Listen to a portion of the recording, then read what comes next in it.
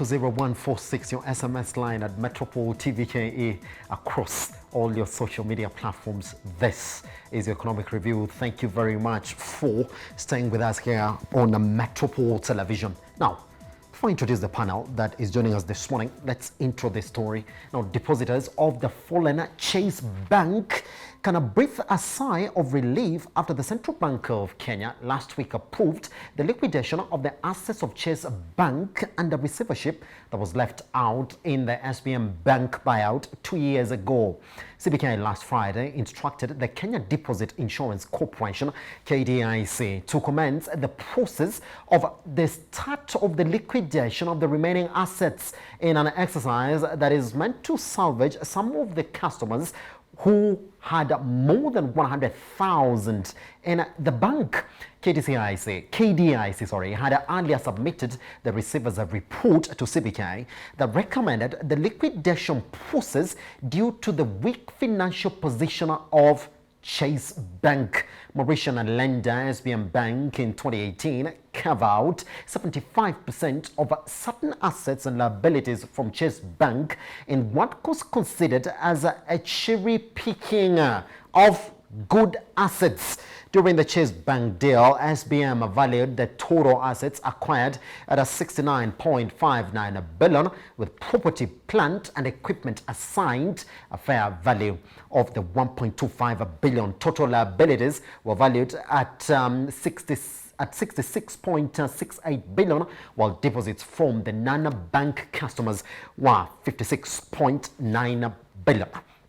Let's take a look at the banks that are currently under receivership then in the country as we do know them. That is there, Chase Bank of Kenya as of April 7th, 2016, and Imperial Bank as October 13th, 2015.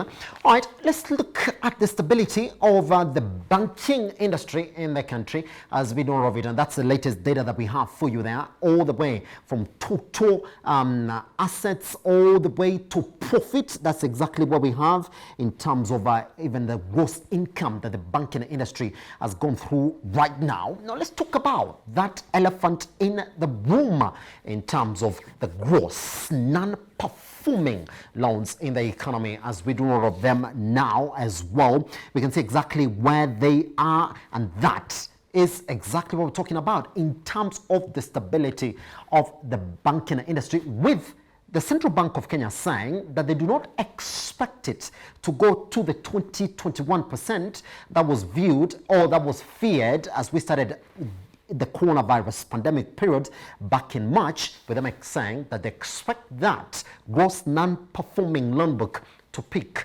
at 16%. Joining us this morning to help us go through this conversation, we're joined by Joanne Mwaneke, who's a financial analyst. Joanne, good morning. Can you get me? Good.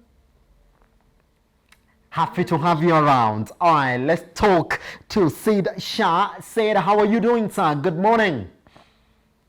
Morning, Simba. Thank you for having us on the show. I hope you're doing well. Fantastic to have you around. And later on, we shall be speaking to Arnold Nkasale. Arnold, good morning, sir. How are you doing?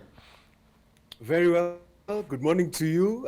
Thank you for having us here. Anytime, man. All right, Joanne, let's begin with you. I mean, for anybody who's listening to you this morning, Joanne, wants to understand what factors pre-qualify the liquidation process of a bank, which ones are those that would be at the top of the table? Good morning. Once again, thank you for having us on the show. For a bank to pre-qualify for liquidation, it has to have its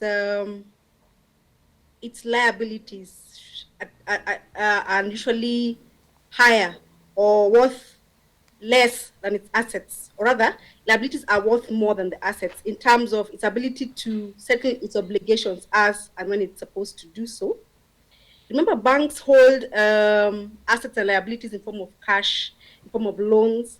So for a bank, of course, to pre-qualify for liquidation, there has to be a higher liability as opposed to its assets, and its cash reserves, of course, must be lower than what it can gain from its customers immediately who have. So some of the factors that pre-qualify a bank for liquidation when it's not able to pay its liabilities as and when they are due, and its cash reserves are below its ability to collect loans from customers. So those are the factors that pre-qualify a bank for liquidation. Some of the Yes. factors. Yes. All right, Joanne, then somebody would ask, was liquidation the best option out for Chase Bank?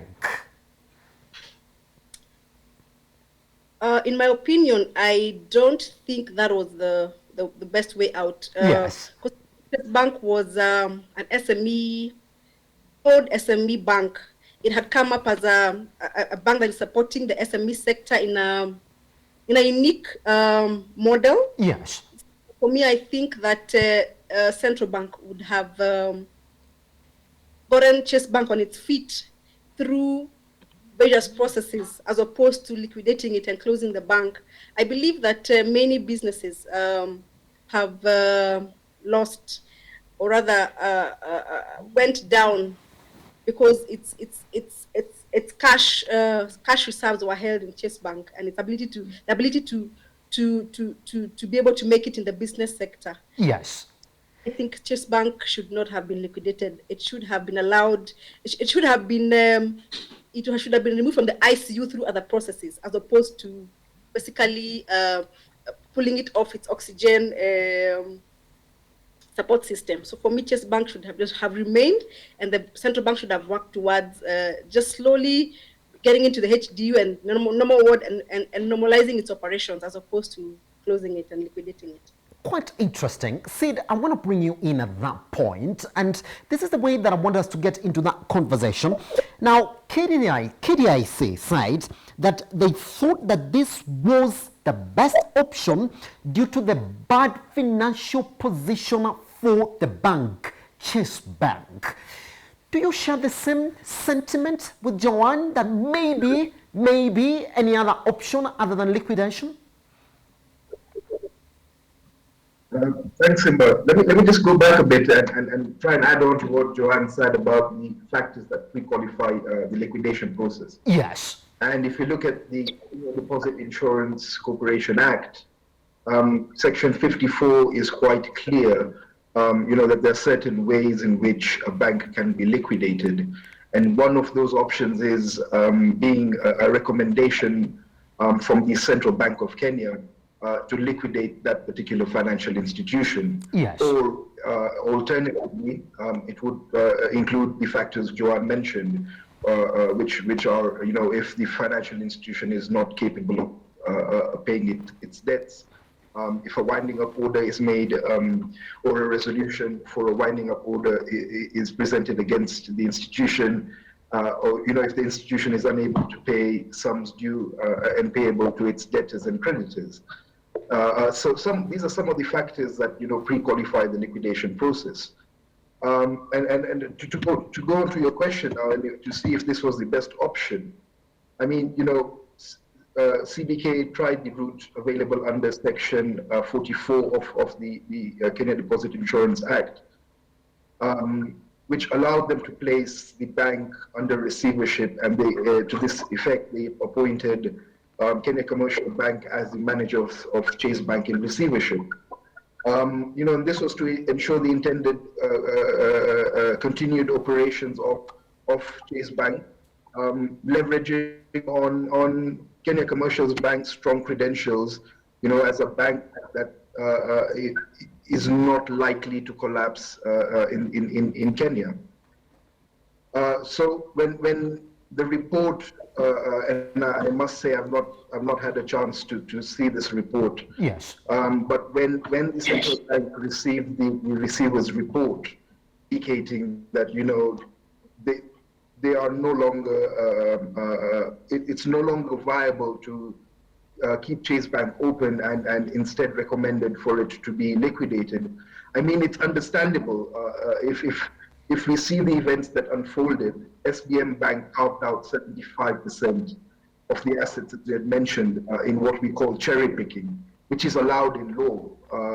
The Business Transfer Act allows for you to, as an investor, cherry pick the assets and liabilities you wish to purchase Yes. from any institution in Kenya. So once SBM have cherry picked all the good assets, naturally the bank's financial position, if it may, would be more affected. It's more unlikely to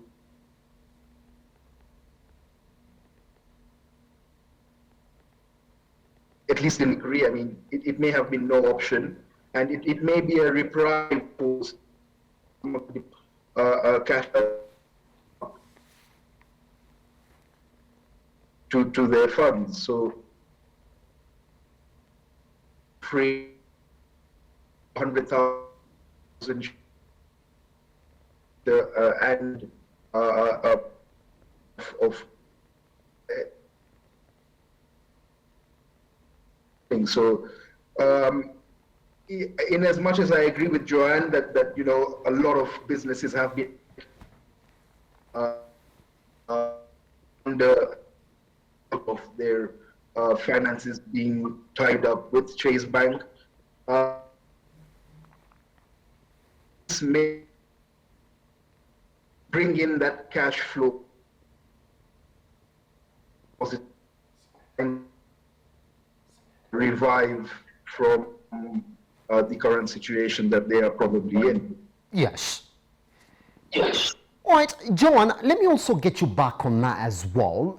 And we're going to look at exactly where we are as regulation then, so that we don't actually get to fall back to this point where we're saying, well, some banks are getting liquidated in the economy. If you look at KDIC, they can now actually insure a deposits up to 500,000. Did this regulation come a bit too late? Should it also be increased now, as we know of it, Joanne?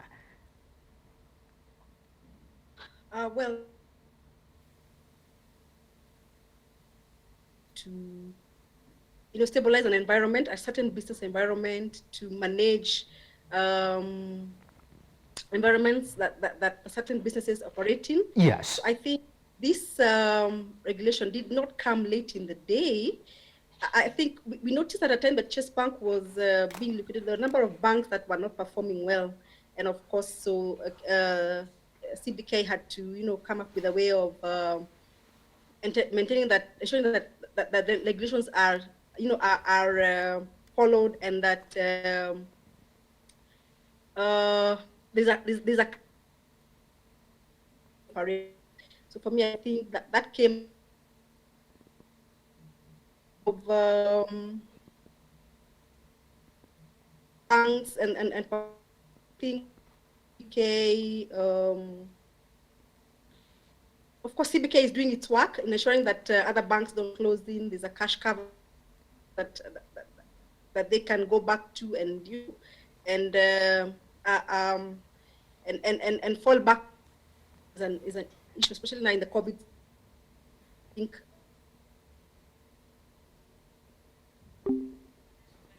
pretty much. We take a short break. Once we come back, we continue with this conversation this morning.